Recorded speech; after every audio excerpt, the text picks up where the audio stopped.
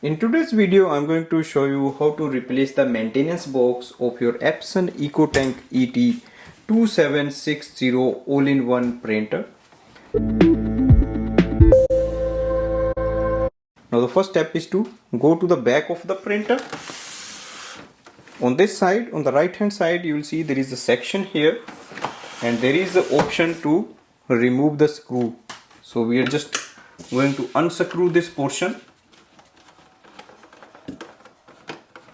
So once it is loose, you just have to pull it this side from here and take it out.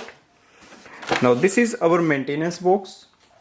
There is another screw at the back, you will see. So unscrew it from here.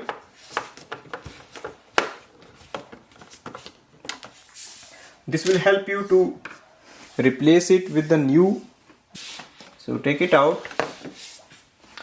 You will see your old maintenance box. So ink pads are almost full and it's quite heavy.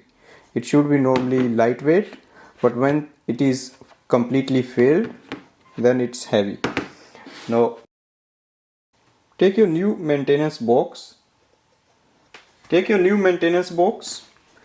Place it here and slide it in. Now take the screw and just place it back on this position.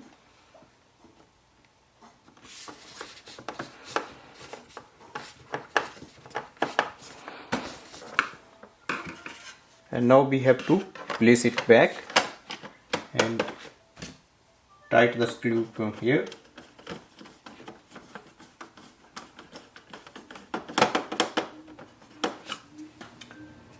So we just replaced the maintenance box of this printer. Now we can start using our printer again.